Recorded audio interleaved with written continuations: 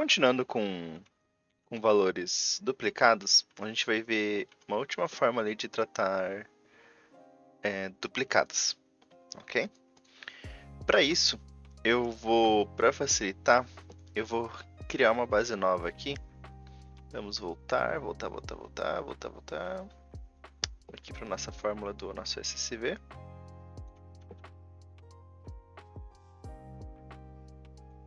E eu vou criar uma bem simples. A gente vai criar uma base Steam underline 2. Nada muito criativo, né? Se a gente fazer um base Steam underline 2 ponto head, né? Fazer um head de 10 mesmo. Então nossa base, sem nenhuma tratativa como ela era originalmente, tá? Então o Excel também é bom fazer essa prática, tá, gente? Você não alterar a base original, você fazer uma conexão com ela, ok? E você tratar a partir da conexão, não deixar ela como tá, né? E no Python a gente já vai fazer isso por padrão, né? Então, como vocês viram, eu recuperei a mesma base como ela estava. Existe uma fórmula dedicada, né? De tratar duplicadas, né? Diferente do jeito que a gente viu ali, ok? Com set, com remoções, tá? E vamos lá, vamos só limpar essa saída aqui. Dá mais um code. A fórmula, ela é bem simples, tá? Ela é drop duplicates. Então vamos lá. Mesma estrutura que vocês conhecem. Base Steam. Ponto. Drop. Então é o mesmo drop de dropar linhas, tá? Se eu fizer um... Eu vou deixar... Eu tirei a saída aqui, mas eu não vou tirar. Vou executar ela pra vocês verem, tá? Então aqui não tá com nenhuma ordem, tá com uma base original. Eu vou fazer a mesma coisa aqui. Então eu fiz um drop duplicates. E daí eu vou adicionar um code. A gente vai adicionar o mesmo code só para vocês entenderem.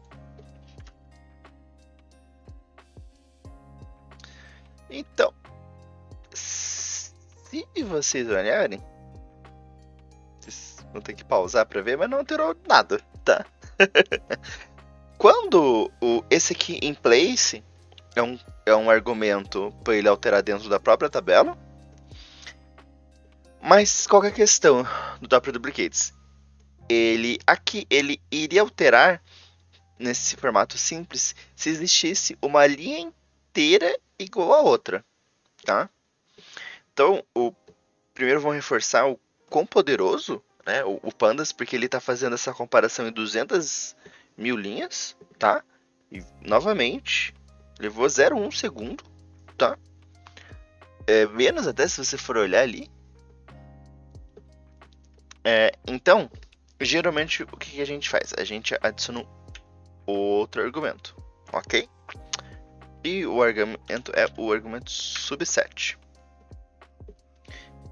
Dentro do argumento subset, você pode criar uma variável, né? Mas aqui a gente sempre vai evitar o...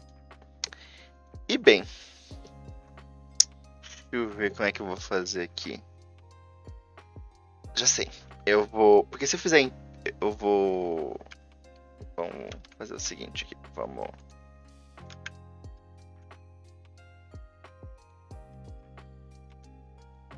Deixa eu fazer a nossa coluna user ID. Só pra gente ver o caos que vai acontecer. Só pra vocês entenderem. Então, novamente, eu estou alterando a minha base original. Agora usando o argumento user ID. Vamos executar. Ó, ela demorou um pouquinho mais. E vamos ver o que aconteceu.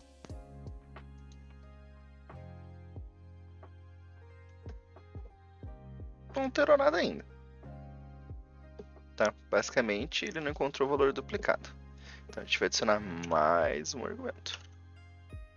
E agora nosso argumento vai ser game underline name.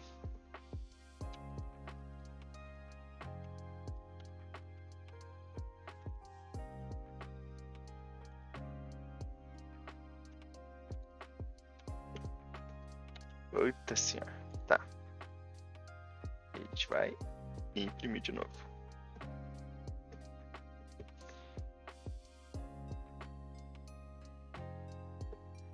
Ah, eu alterei na base errada, gente. Eu alterei na base Steam original. Que bom que a gente não vai usar mais, tá? Tá, eu vou deletar isso aqui. Bem que eu tava desconfiando. Então a gente vai executar de novo. E agora a gente vai ver. Tá. Agora deu pra ver o caos, tá? Beleza. Então, Então lembra por que o index é importante? Se eu não ordenar minha tabela, o index vai manter na ordem que a gente puxou a tabela. Então, aqui eu usei só o argumento user_id. Então, o que ele fez? Ele pegou e deletou todos os argumentos que o user_id era diferente. Qual que é o problema? Ele faz na ordem que aparece. Então, se eu não tiver nenhum nível de ordenação, ele vai só salvar o primeiro e deletar os subsequentes, tá? E nesse caso em específico, talvez não seja ter a informação que eu queira, entendeu? Porque, por exemplo, aqui, eu poderia, por exemplo, usar o user_id e depois usar game name, né? Na minha base Steam 2. E provavelmente ele ia dar esse mesmo erro aqui, de ter o play. Por quê? Porque o play ele apareceu antes do pushed, né, que a gente viu anteriormente. Então, tem a função drop duplicates, ok? Mas eu evito ali na hora de tratar uma base por causa disso. Você tem que ter bem consciência da tua base quando você for usar, né? De repente até fazer uma ordenação, ok? Para garantir que a tua informação funcione da maneira que você queira. Senão, o que vai acontecer? Você vai ter perda de informação, não vai ficar uma informação que você queria, né? Então, por exemplo, aqui ficou o pushed, que não quer dizer muita coisa, tá? Então, dá sim para usar o drop duplicates direto, mas use com parcimônios, né? Então a gente encerra aqui nossos valores duplicados, tá? Então o clear outputs, ele só limpa os resultados, tá, gente? Ele é bom essas horas pra gente ir código por código. Bem, agora a gente vai relembrar uma velha conhecida, tá? Nossa base de acidentes. Então a gente vai fazer acidentes underline data. Então a gente vai pegar a nossa base. Tá, ele não é exatamente o que você quer, mas a gente tá quase lá. Ele quase acertou. Então a gente vai fazer um group by. E a gente vai pegar um size, ok? Basicamente, aqui eu tô como se vocês lembrarem do Excel, eu tô fazendo um count Cs, eu tô contando as linhas, né? Size é o tamanho, tá? Então, como se eu tô fazendo o grupo por data, ele tá pegando a quantidade dessas datas, então, como se fosse fazendo um total, né, da minha base. E eu vou fazer um reset do meu index, ok? E aqui vai nascer uma base nova. Então vai ser acidente underline data ponto head.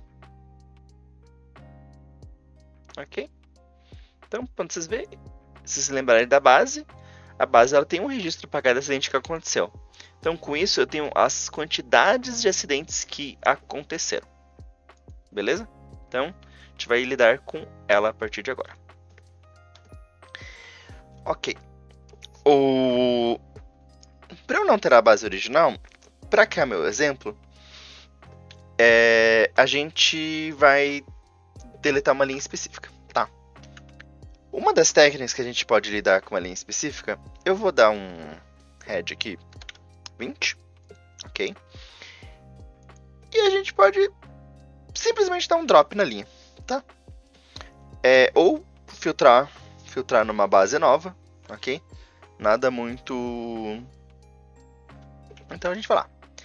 Acidentes underline data. Então acidentes underline data.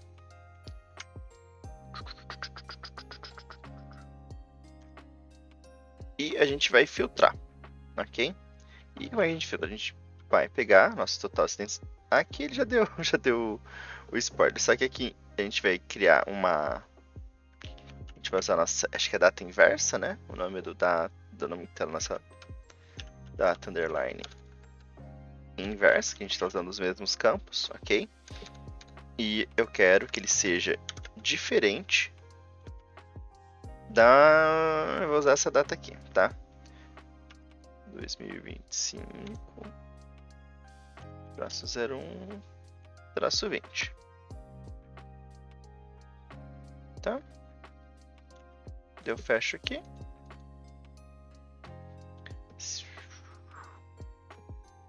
E daí eu executo. Ok. E bem, como vocês devem imaginar, a gente vai de novo. Acidentes underline data.head.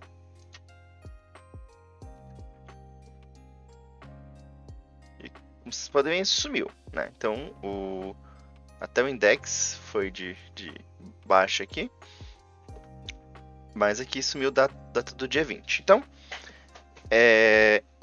guardem esse valor aqui do 206, vai ser importante, ok? Mas beleza, tá com uma linha com erro?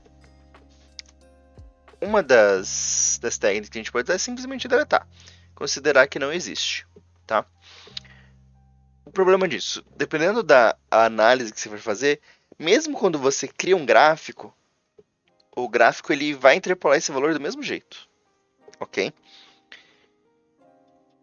Ele vai completar, basicamente. É isso que a gente... É o ponto que a gente vai chegar aqui. E às vezes você precisa ter essa noção de que valor, a noção de que valor que está aqui, tá? Então, esse valor vai fazer... Então, a outra técnica... Então, aqui eu simplesmente deletei, considerando que está com erro, tá? Mas é muito comum as nossas bases virem com none, com known, ou virem com alguma coisa que a gente desconhece o que seja, tá? Então, deixa eu limpar os meus outputs de novo. Então, o que a gente vai fazer? Propositalmente, eu vou adicionar vou criar um data frame, tá? Eu vou chamar de data faltante, ok? E eu vou... agora foi assustador, gente. Ele adivinhou o que eu queria fazer. Só que eu não vou fazer igual a 0, tá? Eu vou fazer igual...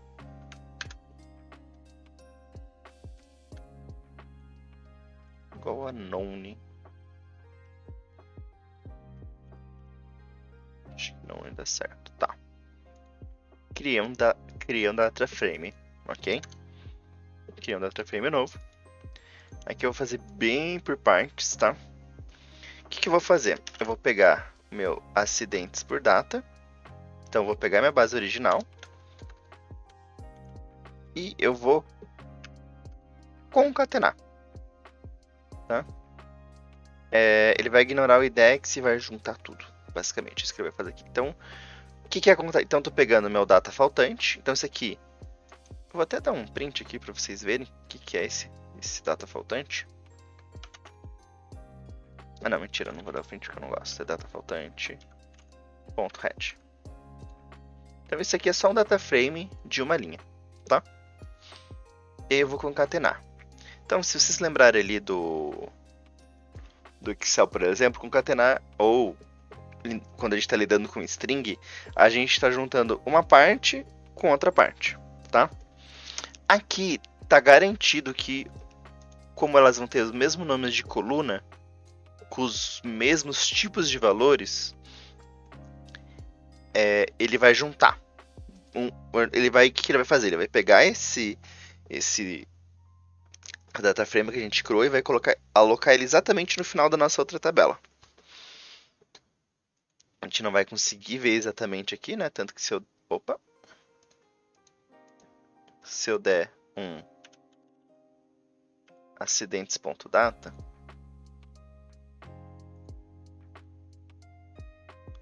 vocês vão ver que ele não continua sem aparecer, tá? Mas o que a gente pode fazer é ordenar esses valores, tá? Então a gente vai fazer acidentes.data. Ele tá fazendo um pre-by ali, então acidentes.data. Ponto sort. Então sort values, ok? E eu vou dizer qual que é o valor que eu quero que fique com a data inversa. Como os nossos indexes eles estão zoados, eu vou pedir para ele resetar os nossos indexes, tá? Então o que isso vai fazer? Ele vai abandonar o nosso index como tá e vai criar e vai ordenar de novo. Porque tá zoado, né? Tipo, 18, 19, tá? Eu quero que ele fique certinho, né? Que o 19 seja o meu dia 20. Então eu vou executar. E deu erro. Gente, não é um exemplo da vida real se não for com erro. Então a gente concatenou. A gente puxa o nosso acidentes.data e fez um sort. Vou fazer o seguinte, a gente vai executar só essa parte. Ué. Vamos ler. Menor? Tá dando erro na acidentes.data. Deu algum erro na hora de concatenar os nossos valores aqui. Por que será?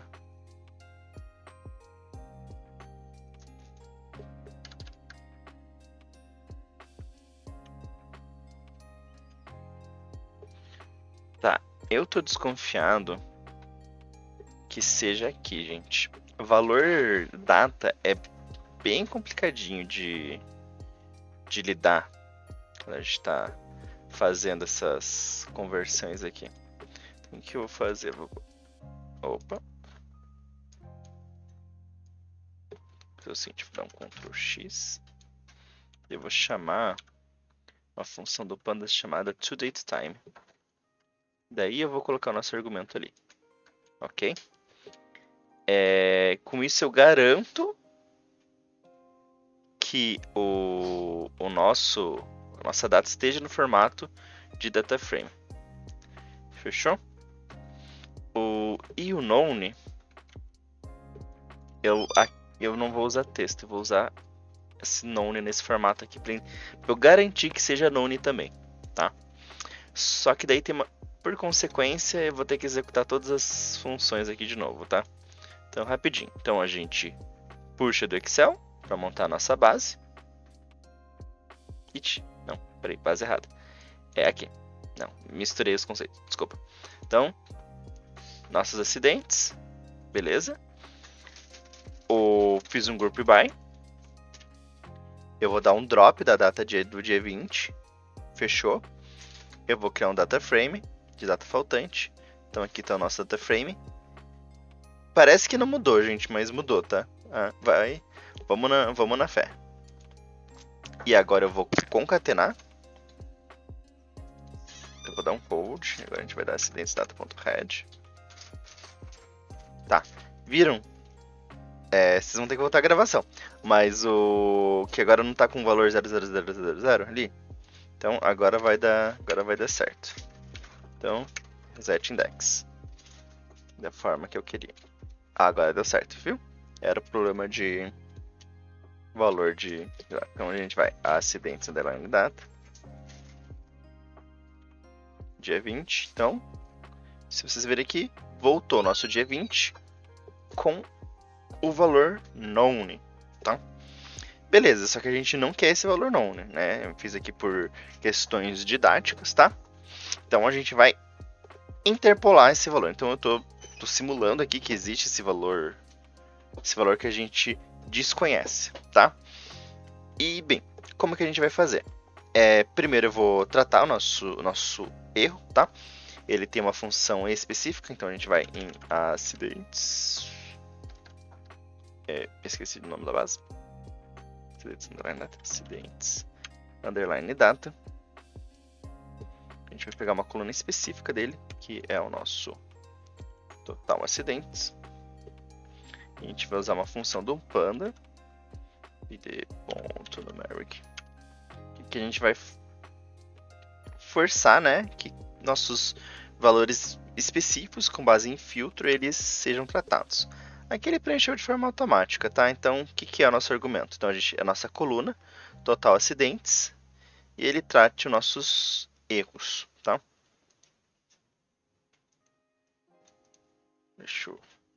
Quero mostrar aqui os argumentos. Aqui.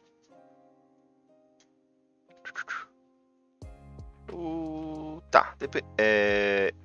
Retorna um tipo de acordo com o input. Eu vou executar. Code. Então, acidentes data. A gente vai... Vocês viram, né? Eu uso o head jogo ali pra... Então, ó. Agora ele é um valor known. Ele virou um valor none, tá? Ele é um valor numérico, tá? O known é um valor desconhecido, tá? Então ele está tratando os erros da nossa sequência, né? Transformando, seguindo a mesma lógica, é um valor numérico, só que um valor numérico que a gente não conhece, ok? O known aqui é o que está mais fácil, mas podia estar um texto, podia estar um caractere desconhecido, ok? E beleza, agora a gente vai interpolar. Interpolar é fácil, gente. Seguindo ali o nosso mesmo padrão. Então, acidentes underline data. Nosso total de acidentes. Eu vou usar a dica dele aqui. Interpolate. Ok. Método linear. O que será que aconteceu? Já vamos explicar ali a questão da interpolação.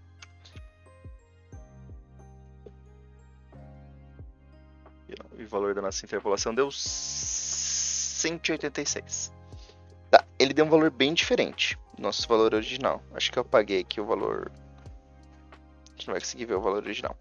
Mas deu 206, tá? Então, ele deu pelo menos 20 casas a menos, tá? Por que isso acontece? A interpolação linear é como se a gente pegasse aqui. Deixa eu até colocar. Mas eu vou colocar 25 aqui. Pra ficar mais fácil. Então, beleza. Aqui está o nosso valor que a gente interpolou. Como é que funciona a interpolação linear? Tem outras metodologias de interpolação. Mas aqui é mais simples, ok? Então, basicamente, a gente tem um valor aqui, a gente tem um valor aqui. A gente tem esse valor aqui, esse valor aqui. Pense como se fosse um gráfico, ok? E a gente fizesse um gráfico só com esse valor e esse valor, ok? No fim, vai existir esse valor aqui, né? Então, nosso eixo X vai ter o 19, 20 e 21, né? Esses três valores no eixo X. E vai ter, começando esse valor e terminando nesse valor. E esse valor ele vai estar no meio dos dois, né? E é um valor de linha, né? Então, é isso a interpolação, gente. Ele pega um valor faltante e ele se baseado nos dois valores. Por que aqui ficou menor do que isso? Por causa disso, né? Porque se a gente pegou 203 numa sequência, a linha está descendo, né? Então ele é o valor, né, entre aspas, intermediário, né? Ele é o valor linear, né? Entre esses dois valores. Por isso que ficou 186. Quando o Excel ou o Python aqui a gente cria os gráficos, ele usa a mesma técnica, ok? Ele faz esse cálculo linear ali de forma simples e completa esse valor, tá?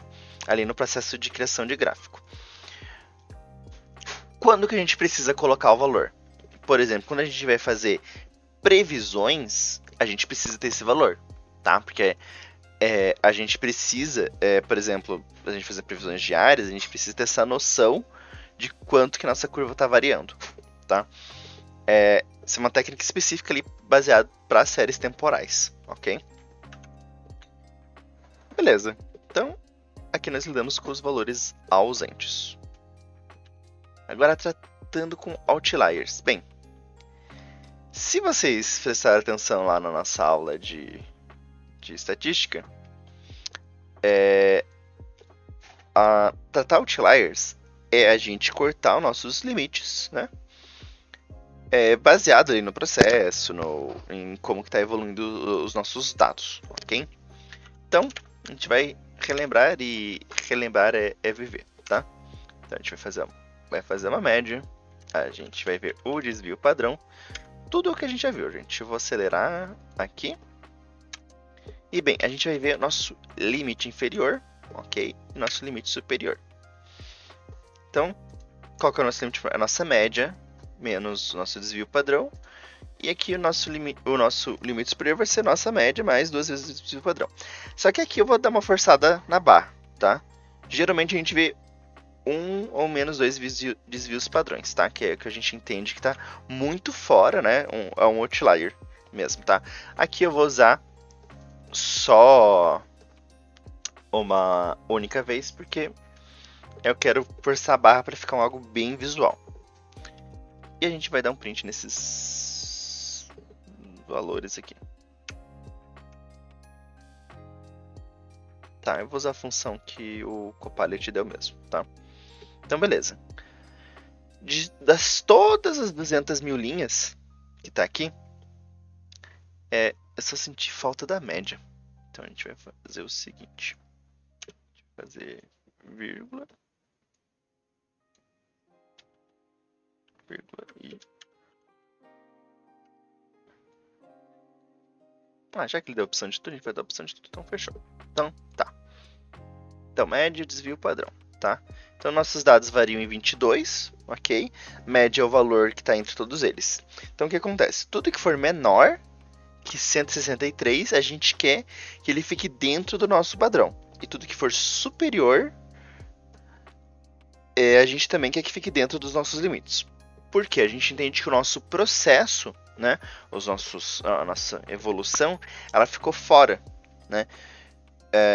Isso também serve para a gente entender padrões de comportamento, né, seja de vendas, de logística, ok? Então vamos só ver de olho aqui se vai ter algum valor que vai cortar. Ó. Se for menor que 163, que já tem bastante. 146, por exemplo, esse 146 aqui, esse valor, eu sei que ele vai mudar, ok? E bem, então, para visualizar, facilitar nossa visualização, eu vou fazer o seguinte. A gente vai fazer um gráfico, ok? E a gente já aproveita e revisa alguns conceitos. Então, criar figura, ok? Tá, aqui o Copilot está ajudando bastante, gente. Então a gente vai seguir aqui o que ele tá falando, tá? Então, nossa linha X.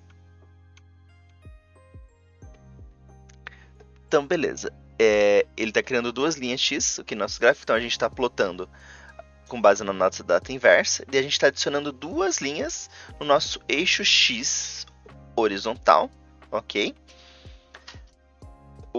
Então a XH-line, tá? São os mesmos argumentos de sempre, então nosso y vai ser igual ao nosso limite inferior, ok? E label vai ser o que a gente está considerando, tá? Então limite inferior e limite superior, tá? Opa! E o nosso total de acidentes.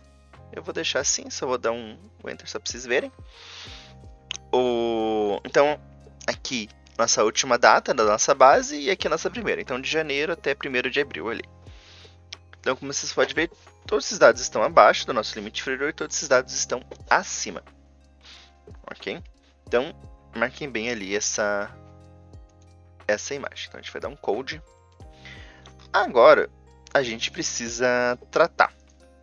Então o que eu vou fazer? Eu não vou mais mexer ali com a minha base original, tá? Para acidentes underline data. Então, o que vai ser nossos acidentes? Eu vou chamar de acidentes. Vou chamar corrigidos, pronto. Eu vou pegar uma acidentes underline data. Nossa senhora, essas horas que esse auto-preencher atrapalha, gente. É que nem celular, ele fica tentando adivinhar o que você tá falando. Acidentes underline data. Ok. E a gente vai fazer um copy. E como que faz cópia? É com copy. Não tem muito segredo, gente. Então, qual que é o ponto aqui? Eu estou copiando a nossa base por uma nova variável, todo o nosso data frame, ok? E eu vou normalizar, né? Vou corrigir nossos outliers ali da nossa agora coluna acidentes underline corrigidos. E como que a gente vai fazer isso? A gente vai pegar a coluna que a gente quer corrigir, que é o nosso total acidentes. Nossa, ele tá teimando ali. Então, e assim, essas áreas que eu falo, o Panda, gente, ele é feito por gente que faz análise de dados. Então, tudo isso que a gente for vendo, eles, de alguma maneira, foi previstos, né? Alguém já teve essa ideia e já criou a função que faz isso. E como é que faz essa normalização? É a função clip. E esses aqui são os argumentos mais comuns, tá? Lower, como vocês imaginam, né? É o que está abaixo e o que está acima. E ele vai normalizar, ok? Os nossos dados, né? Eu vou dar um executar. Code. Nossos acidentes. Acidentes corrigidos. Ponto head. E pronto. Vamos voltar aqui para facilitar. Ó, 146 no nosso index 6. Se a gente for ver aqui,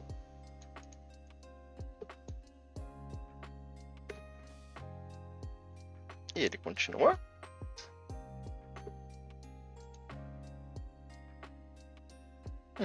Vamos ver um gráfico que é mais fácil. Não foi um bom exemplo. Vamos lá, vendo um gráfico. Daí eu só tenho que ver de acidentes data, vai ser acidentes corrigidos. Então eu só estou pegando exatamente o mesmo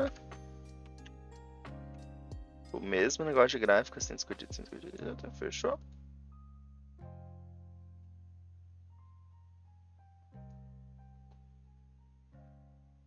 Ah, já entendi a cagada que eu fiz. Acidentes corrigidos. Eu tô alterando a base errada. Acidentes corrigidos. Tá. Como eu disse, gente, autocompletar é complicado. É uma benção. Tá. Não ficou. Tá, vamos fazer lá o nosso acidente da airline. Corrigidos. Ponto head. Acho que agora vai dar boa. Beleza, nosso index 6 que estava 143 foi para 166. Né? E o clip, então, ele faz lá os cálculos necessários para corrigir os outliers. Então, pronto, gente. Então, ele não vai ter nenhum valor que seja menor. Vamos rever nossos limites.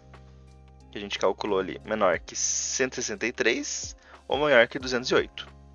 Ok? Então, estava assim nossos dados antes. Ok? E agora eles estão assim. Então, com isso, o que acontece? A gente mantém, né, o padrão de comportamento, mas ele altera aqui para ficar dentro da nosso limite de outlier, né? Porque a gente entende o que é outlier. É o que ficou fora, basicamente, né? Então, se a gente ficou fora, a gente entende que é uma situação atípica. Aqui nesse exemplo, que fique bem claro, eu forcei a barra para ficar visual, tá? Mas geralmente outlier é alguns pontos fora, ok? Aqui teve vários, se vocês vão ver, tá vendo que tem várias linhas colando aqui nos nossos outliers? Não é isso que a gente quer, né? A gente considera essa, por isso que é dois desvios padrões, tá? Que a gente considera ali, pelo menos, tá? 2, 3, dependendo ali do processo, ok? Que você quer normalizar. Então, a gente tratou ali de outliers. E bem, aula bem complexa, ficou bem longa, gente. Mas aqui a gente encerra a parte ali de limpeza de dados, de lidando com bases. E a gente se vê na nossa última aula de projetos finais. Até a próxima.